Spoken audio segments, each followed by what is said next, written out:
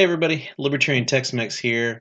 You have probably not heard from me in a very long time. It's been a crazy year in 2020, like way more than I would have ever expected. So if you're listening to this, I'm glad you are still alive, you're still surviving, and you're making it through 2020.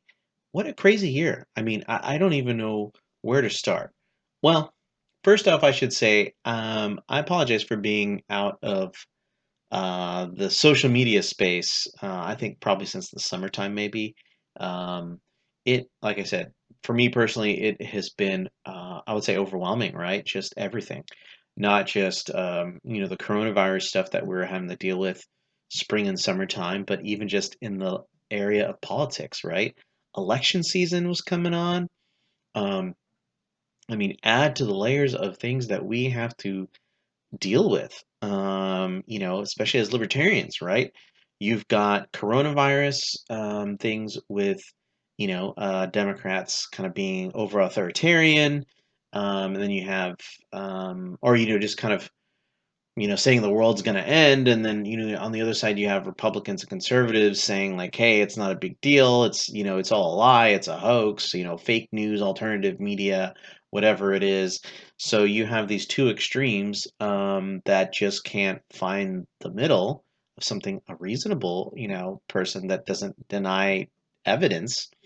Anyways, and then on top of that you have presidential elections, and Donald Trump, Joe Biden, just the things that they're saying. And I got to be honest with you, just for me, I always try to keep a balanced and fair approach, data driven type of thing. But man, Donald Trump, President Donald Trump, man, he's too much for social media, man. He was just putting me in the red line, and I needed to take a break. And I tried to step away as much as I could. And especially dealing with the coronavirus thing, just the, mental stress, the anxiety, honestly, just the feeling down and depressed, and being able to muster up enough energy. Honestly, a lot of times I didn't, right? The only things I could really put enough energy out into social media would be like just, hating on Donald Trump, or throwing a comment here and there, but I just couldn't. I was really exhausted, being able and overwhelmed, that I just couldn't put a thought out that was something a little bit more constructed. And then specifically with coronavirus, I mean, a lot of my effort, energy was put into the coronavirus, thinking through that a little bit. And a lot of times, honestly, just not having I don't have a solid answer, on what's the path forward and what's the right answer, what's the wrong answer, all these things. And then on top of that, you have all the other things, like my job, my profession, my wife, my family. There's just so many things, and in all honesty, I had to put everything that was kind of extra aside and say, hey, we're gonna, things are kind of getting crazy. So I'm just gonna put this to the side for now, and I'll get back to it when I can. But really, it was about focusing on the things in front of me and the things that I really value. And that honestly was, my life, my wife, my health. I did have some health issues. And then honestly, I am dealing with coronavirus, and my wife and I got coronavirus at the beginning of November, and that was a crazy journey in and of itself. And then navigating through the holidays with family, all the things that go on there, and then just in general, everybody is at a high level of stress and anxiety, in every direction, that I just had to put, libertarian Tex-Mex on the side for a second and say, hey, you know what? Let's focus on the people that we love, and let's focus on that. Let's try to get through this as much as possible, and survive it. Um, and a lot of stuff is not our choice, right? A lot of the stuff we're getting pushed on. And then there are a few things that are in our control. In truth, that's actually what I focused on, and they tell you that all the time when, if you're feeling stressed, feeling overwhelmed, they tell you to focus on things that you can control and work those, until you feel comfortable, right? So that's really a lot of what I did was a lot of the stuff, especially on the national and international media, on the news. There's the coronavirus, whether it was coronavirus just medically itself and the spread, or the public policies that are being enacted, election results, all those things, they're just out of my control, right? And it can really zap the energy out of you. So I said, hey, you know what? I'm gonna put this stuff to the side, focus on what's in front of me, focus on my immediate area, so to speak, and let's just start fundamental and start from there. So I've been able to do that, right? And able to manage my personal health, and been able to successfully get through coronavirus. And now I'm finally in a nice positive position where it's like I have energy, and I feel good, and I feel like I'm ready to share again. So, if you're listening to this, thank you very much for listening. I greatly appreciate it. It's hard right now. There's a lot of things out there, a lot of opinions, a lot of a lot of shade being thrown everywhere, right? A lot of things that are just really in a tailspin, and we really need to kind of get back to fundamentals and realize some of these things are just dumb.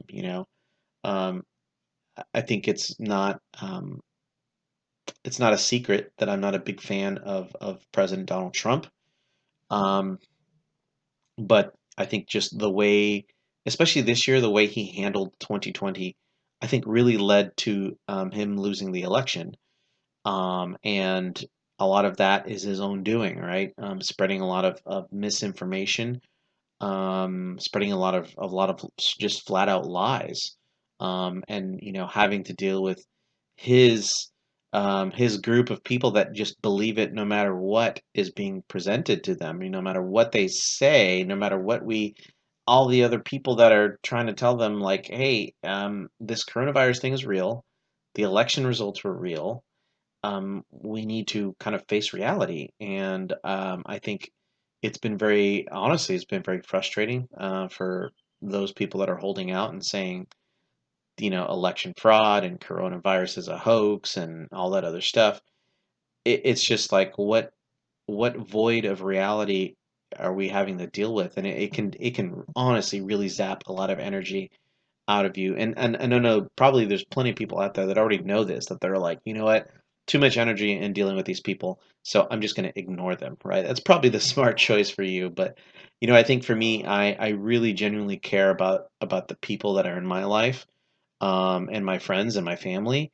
And there's a lot of friends and family that are very devoted Trump supporters, and it does concern me that they are kind of in this warped reality of the election was faked, the election results are rigged, coronavirus is a hoax, all these other, propaganda words, things that are being filled in their heads. And I do feel bad. I want to do something about it. But I think the best we can do as libertarians, is right, is we know it's all voluntary. It's all volunteer. The only power we really have is persuasion. So I think that's where I jump in on the conversations, and just try to, it's like somebody who's having a mental break, and you want them to kind of realize that they are losing touch with the reality. I don't know if you can hear my dogs, but my wife just got home. Sorry. We'll see if they open the door. I don't know if you can hear that. Maybe not. Anyways, it's done. Anywho, so I think sometimes for me it's really frustrating to kind of void this reality, and you try to find some measure of, where can we all agree on? And honestly, as much as I'm not a big fan of Biden. I voted for George Jorgensen, as I think probably most libertarians did. I was not a fan of Joe Biden, but honestly, I was glad Donald Trump is lost. The guy. I sorry. I hate to say this, but the guy has such a major ego, and he is spinning, his voters out of reality, that it's just it's incredibly frustrating that he can't admit to the truth. And I think that's maybe the center point of where I come from is like, we may have differences in philosophy of how things should be managed, right? But we should see reality as it is, and we should be able to all agree that, hey, coronavirus is spreading, right? That, like, we should at least agree on coronavirus is spreading, and it's mathematically spreading a lot faster than the flu or anything else, right? Way more people are being affected, and because of that, way more people are dying. Now, as you look at it from a percentile, right, it's not too bad. It's like in a 1%, maybe even less than that now is what we're is hearing is that they think the infection rate is higher than the official number, and that's totally going to dilute the mortality rate. But still, even if it's a 1%, of 3 million, it's still going to be a lot of people, right? So I think, if anybody's out there who's, has done any statistics, that you have to balance these things, right? It's not just about percentile, even though, we can use those as kind of a mathematical comparison, but there's a holistic real number out there of people getting infected. That's a lot of people. And there's a lot of people dying, right? I think we hit the 300,000 mark, maybe more than that. Who knows? But that's a lot. I mean, the flu averages like 60,000 a year. So, you know, what's our 2021 going to look like? So you have all those questions, and in truth, I think I don't think there's a real solid answer, and I don't think anybody has an answer. I think everybody's trying to figure this out as best as they can. And to kind of quote my dad, what he said, but even with personal family, personal relationships having strain on them, is to give some people some flexibility. So anyway, so when it comes to the whole coronavirus thing and the response from federal government and state and all that, I think in terms of actions, I think maybe the administration in terms of actions did okay, the way they should be, right? Providing the funding for vaccine research, supplying the logistics to produce all that, the CDC providing guidelines for people on a national scale, and then when you go down to the individual states, they really have the power to quarantine or lockdown or requiring face masks. They can go at whatever scale or level that they want to. On the flip side, there are consequences, right? And so I think that has been my primary view going through this, right? Because there's no solid answer, right? It's like we're kind of guessing through this. And I think initially, going through coronavirus 2020 at the beginning of the year, we didn't know the details, the scale and the shape of this thing. So it was definitely like, maybe we should talk about lockdowns. Maybe we should talk about strong measures, at least in the temporary, right? But here we are 9 months later, and the spread is still going.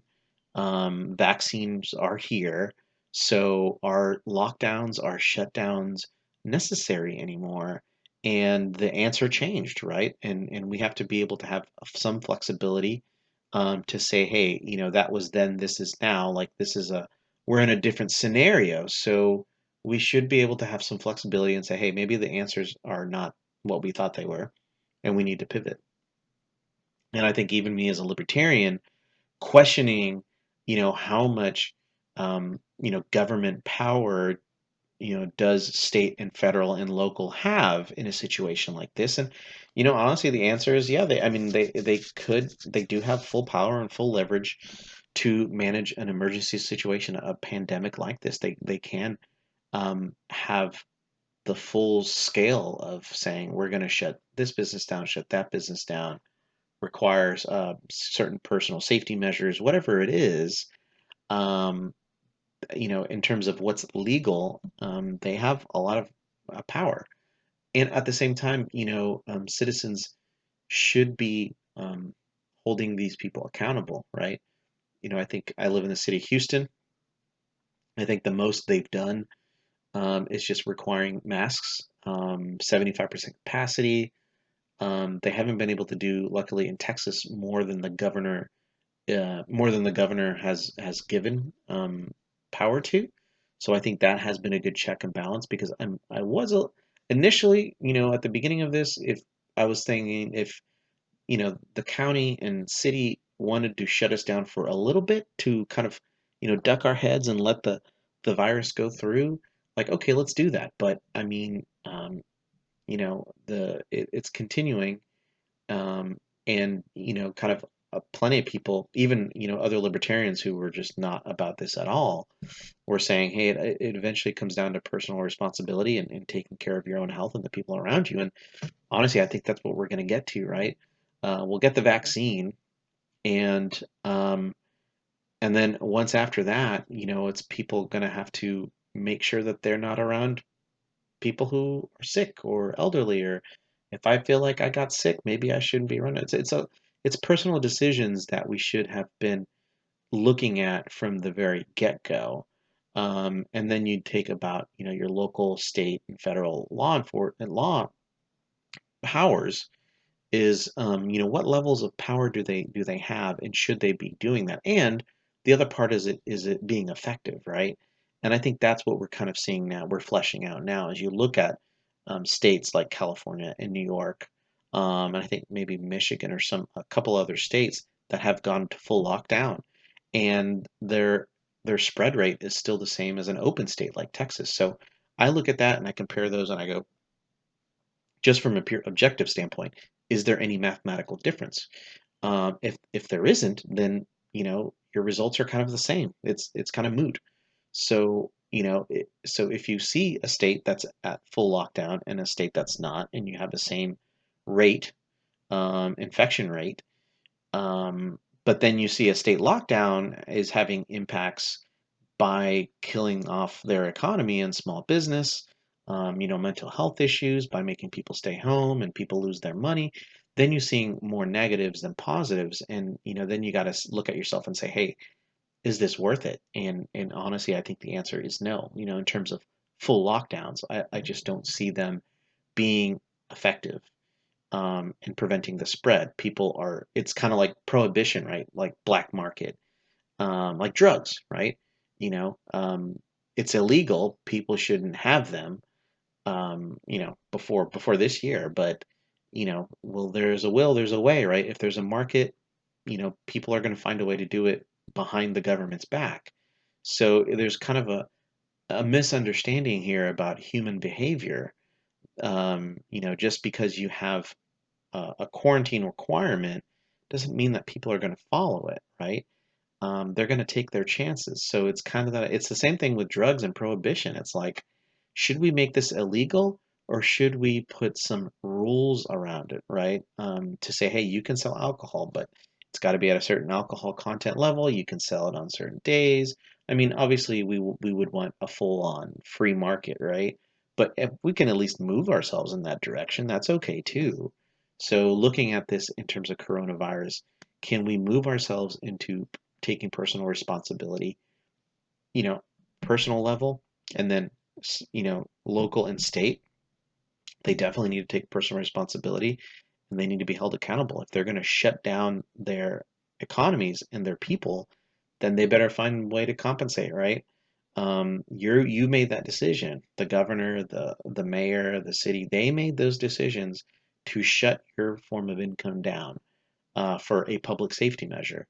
And if they do, they better be ready to compensate. And if they're not willing to compensate, then just get out of people's way and let them figure it out. Help them, guide them, right? To say, hey, if you're going to keep your business open, 75% capacity, make people wear masks when they're standing up, whatever the rules are, at least move it in that direction instead of shutting down. So, anyways, I've definitely shifted from all hands on deck to we need to find more libertarian free market ways because this is not working, right? All hands on deck, shut down, keep people quarantined in their homes. It's good for a certain amount of time, right? But it only lasts so long, and then people are going to get up and resume and try to find some semblance of normalcy, a way of to, you can't keep people unemployed for months at a time. They've got to find work, right? So, anyways, so those things when it comes to coronavirus, you've definitely seen, and we've all gone through that, right?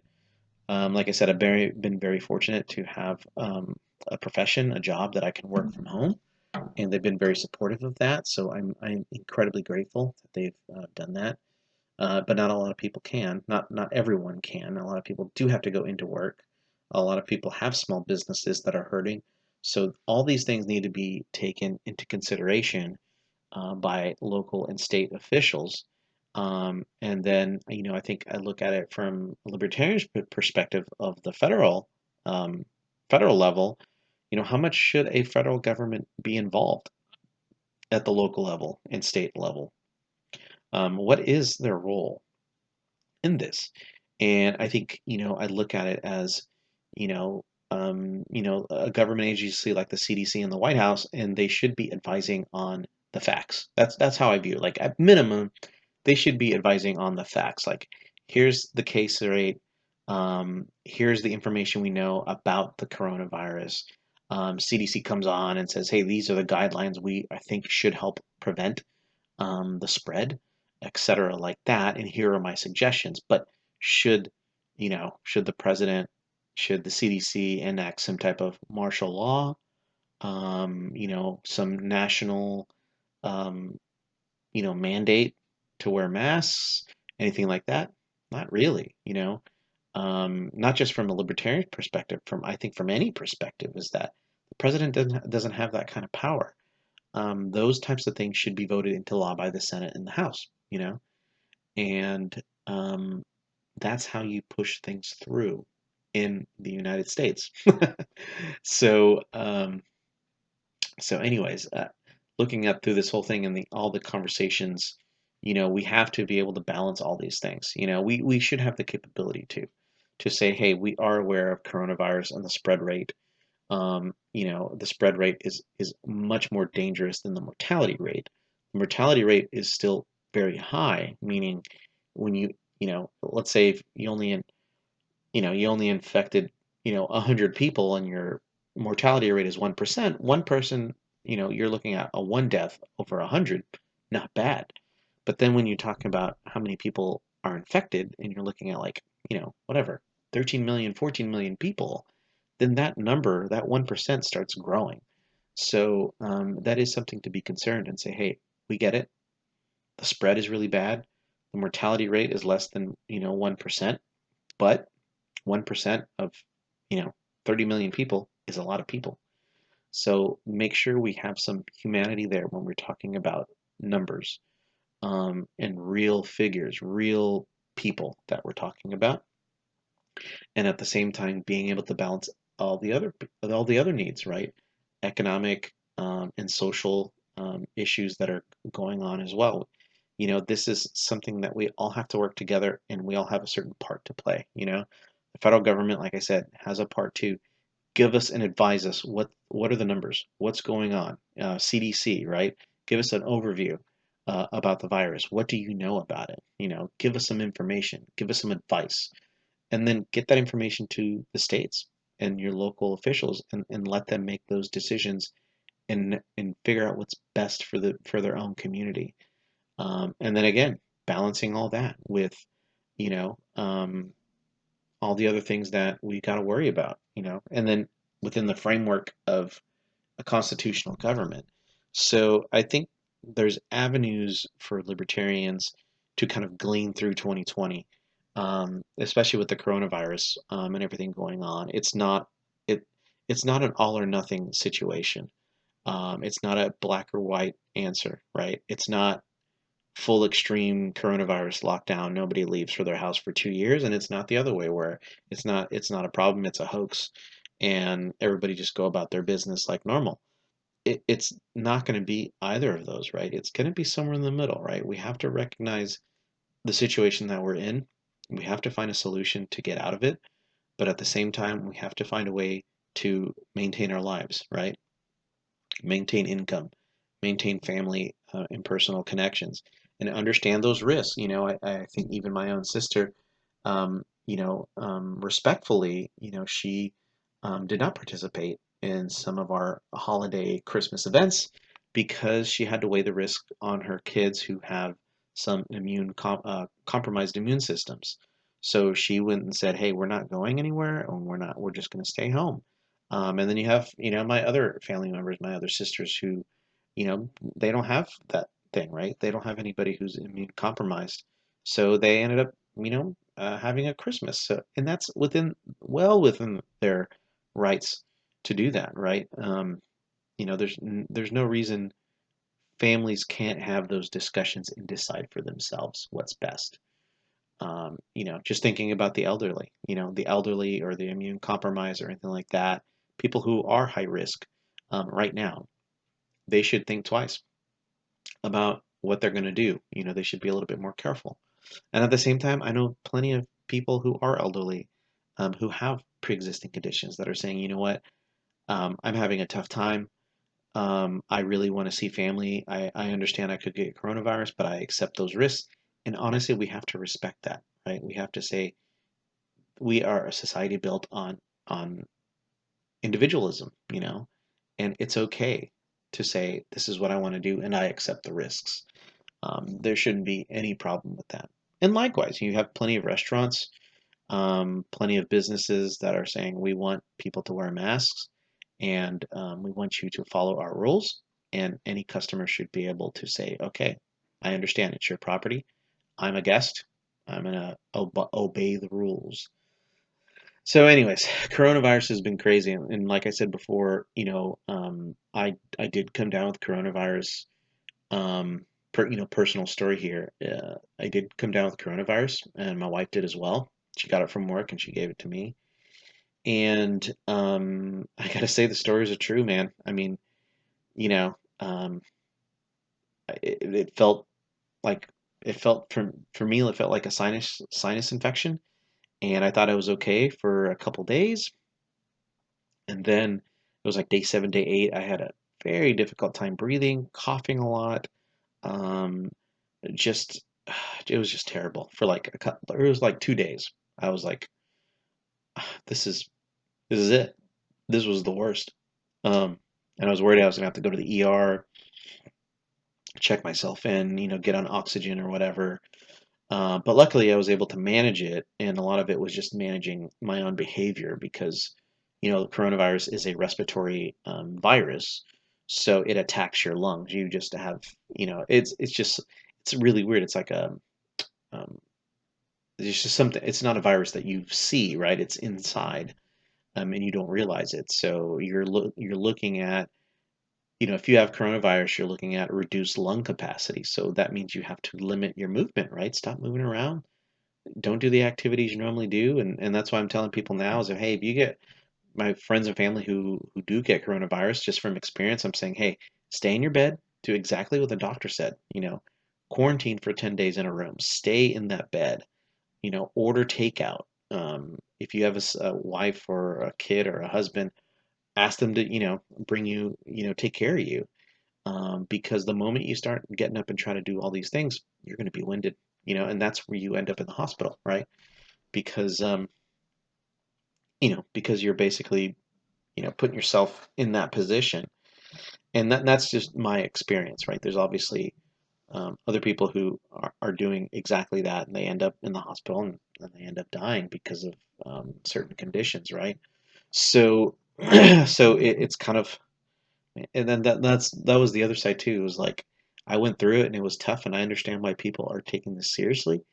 But then on the other side, going through some of the processes with, you know, um, false negatives. Who knows how you're going to react to it? Doctors kind of not understanding 100% exactly what they're dealing with. And then even on the flip side, when you're finally out of it, you can get false positives.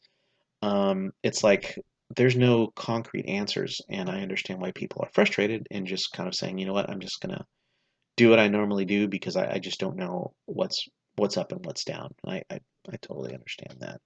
But anyways, sorry. Um, so yeah, and that was just the coronavirus, right? I mean, if you hear my voice, it's a lot to take in. Just the coronavirus alone is a lot to take in. And then you add on top of that, politics, the election cycle that was going on, and the back and forth with, President Trump and Joe Biden, the conversations, the words that they're using, right? Um, the messages that they're sending to Americans and everybody watching. It it just took me over the top, I was like, Jesus, like what are they talking about, right? And hopefully if you know anything about me, I do not like Biden. I do not like Trump. I voted for Joe Jorgensen. She had the the better ideas. It's even with the coronavirus, right? She was like, I'm not asking for huge government intervention, but wear your freaking mask and take care of yourself and take some personal responsibility here. And I was 100% on board with that. But anyways, but looking at Joe Biden's things, I'm not really a big fan of kind of the authoritarian model, the federal model of Democrats, where basically the federal level is deciding everything and the states are just abiding by their bidding. I don't like that. Um, but he hasn't gone too bad with the coronavirus stuff. He's not saying I'm going to demand people do this or do that, so that's good. And then on the other side, Donald Trump. I mean, the guy is such a walking burning pile of trash. Oh, I'm sorry. If you follow him on Facebook or Twitter, you would totally understand what I'm talking about. This guy throws so much shade and lies and just manipulated truths out there that it's too much for me. Not for somebody that, I think truth, just like Wonder Woman, it's like truth is a guiding light for me, kind of face reality as it is, and understand the consequences. And Donald Trump, for the past 4 years has been walking his own reality. And I think for me, that's like, no, there's consequences to lying and deceiving people. And they're going to call you out on it. So I think when he lost the election, I saw it as, kind of retribution, karma, for just creating so much spin the last 4 years, and not and just not panning out and losing, honestly, because he always talks he talks so negatively about losers. His whole comments about John McCain and, um, all the people he that are so-called his supporters who he ends up trashing. um, just watching him just being so negative and so twisted on the truth, I just got really fed up with it. And I was like, even though I didn't vote for him, I didn't vote for or Joe Biden, but I was like, honestly, I just want him out. And if I have to deal with Joe Biden, I would rather deal with Joe Biden. Because at least he's like at some position of reality. And also a lot of that, I've talked about before is, I think a lot of the positions that Democrats take versus libertarians, um, it's like we see the same problem. We know there's like a racial issue. We know there's an economic issue. We are aware. We see the problem. We don't pretend the problem doesn't exist. I think it's probably one of the main differences with Republicans is like they pretend like race is not a problem or economics is not a problem, internally, right? Or we don't have a criminal justice issue. At least Democrats and libertarians kind of agree that we have on the same problems. It's the solutions that we kind of very differ from. To say no, that I mean, mass regulation and mass mandates is not going to work. We kind of see a way to tweak the systems to allow more individualism and more tailoring. Um, so at least we can have a sane conversation. That's how I see it, right? It's like at least going into 2021, we can have some sane conversations with Democrats about, hey, we have a problem here, but your solution is not going to work. We need a better solution that's within the context of the Constitution. Um, I think conversations with Republicans have just been a total nightmare the last 4 years, honestly. They have no fiscal responsibility anymore. They're just spending money. I mean, look at this stimulus check, right? Donald Trump is talking about giving more people deficit money, right? Money that we as taxpayers are going to owe and pay later. Um, and he's saying it's not enough. And it's like, dude, you're a Republican. You're supposed to be about being fiscally responsible. You should veto it just on principle that we don't need this. Not because it's not enough. To say we need more money, that we need to make it a bigger budget and pay off all these debts. It's like Republican mindset has gone way off the reservation in terms of fiscal responsibility. They're not even fiscally responsible anymore. Nobody is, right? I almost feel like Democrats are almost fiscally more responsible because they understand the balance of budget. And, if we have all these debt deficits, we're going to have to raise taxes, right? So they understand income and expenses a little bit better than Republicans. Republicans are just doing deficit spending like no other person. And instead of saying we're going to cut our expenses, if we're not going to raise taxes, we're going to cut expenses until those balance out. They're just saying we're going to keep spending until we die and not do anything about the budget. At least Republicans are saying, we're going to spend more money and we're going to take more money. At least they're honest about how they're going to make up for this. Republicans are just full of shit now. Um, you know, and they love spending money. It's all the things that we talk about, right? They love spending money. They don't allow personal freedom, right? You look at how many Republicans voted against drug legalization, marijuana legalization versus Democrats. They're not even for personal freedom. Um, they're just basically about churches and guns. I mean, that's pretty much what they boil down to. Churches and guns. Conservative, literally. Uh, the the nuclear family and owning a gun. That's pretty much what they believe in. Oh, and the military, right? That's the three things that they believe in. They don't believe in budgeting. They don't believe personal freedom. They don't even believe in capitalism anymore, right? That's the kind of the running joke of 2020. They've been talking, especially Donald Trump. He's been talking a whole lot of trash about Democrats being socialist, but then he supports this bill of basically a welfare check. The stimulus check is a welfare check that he wants to put more money into to make it even more expensive. And that's how is that not socialist? So I think there's been a lot of lies and a lot of twisted truths on the right, and I think people called them out. I think people saw that. Enough people saw that to say, you know what, this Trump guy is a bad deal, bad hombre. So let's vote him out. And then once that happened, I mean, the mental break that Trump supporters have had with accepting this idea that Biden won is a whole other issue, right? So now they're trying to fight it. They keep losing.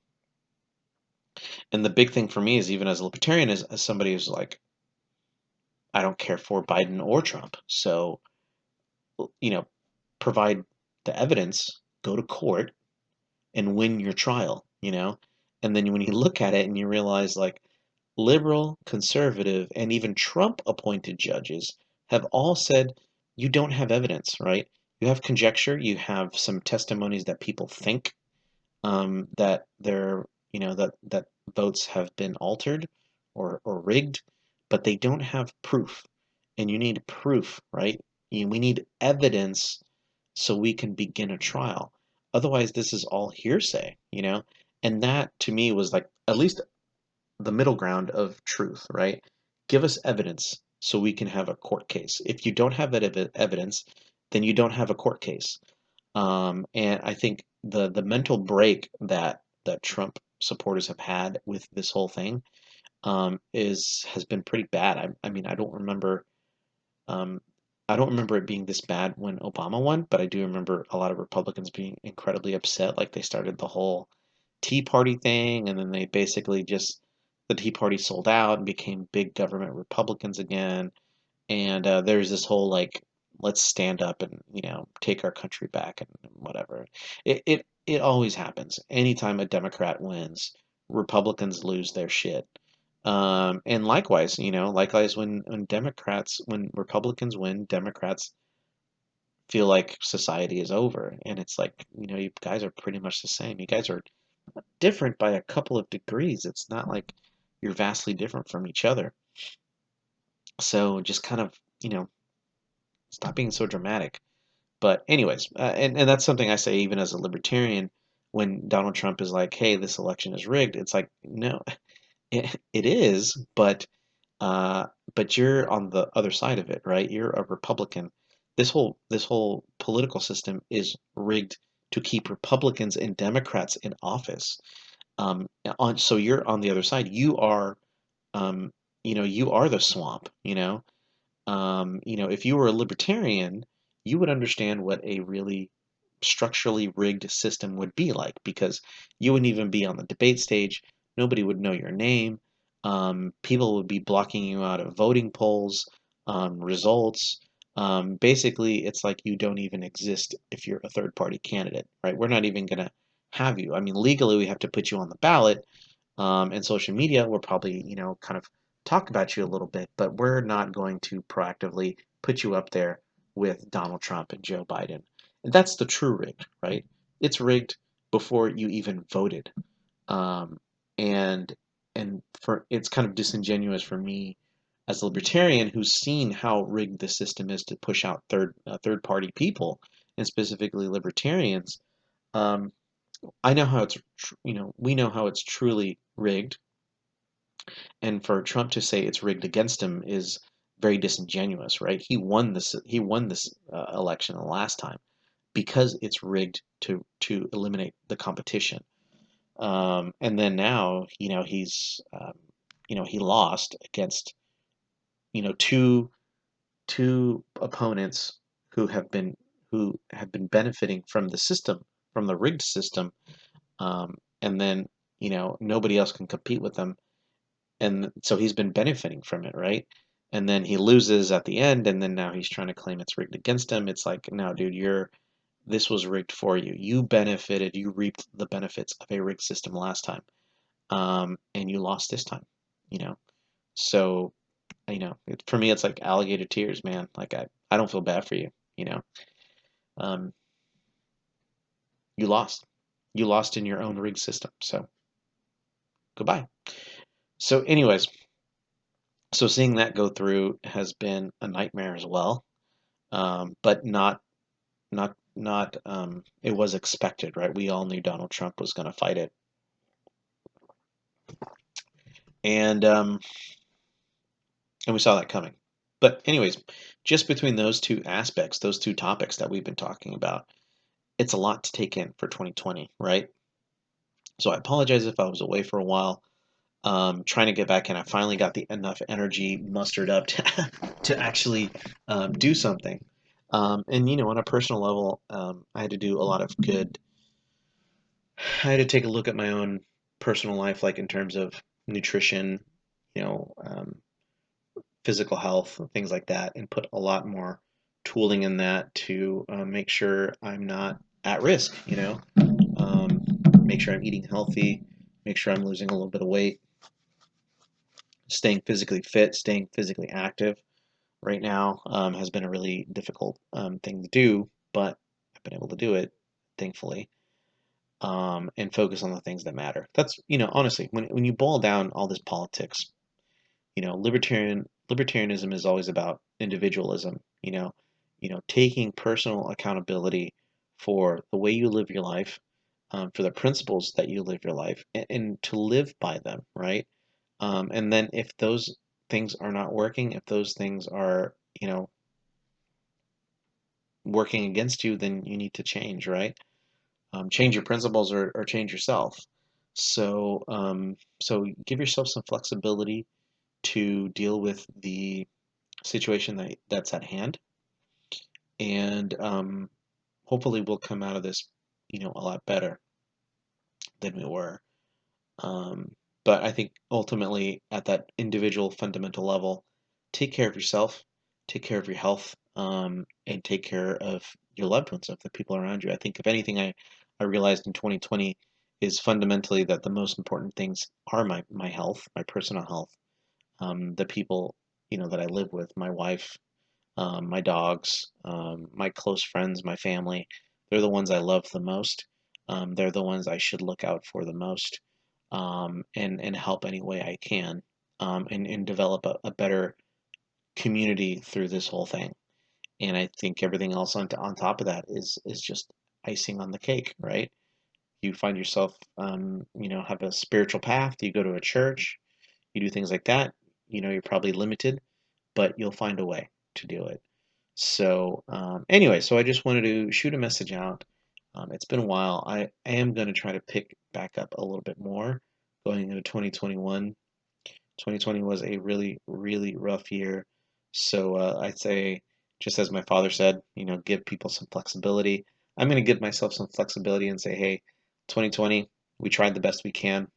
Going into 2020, 2021, we'll try to do better. So, anyways, hopefully all my libertarians out there, you're alive, you're kicking, you're finding a way to survive, you're finding a way to kind of get out of this mess, and we'll see where 2021 brings us. So, anyways, thanks for listening, and we'll hear from you next time.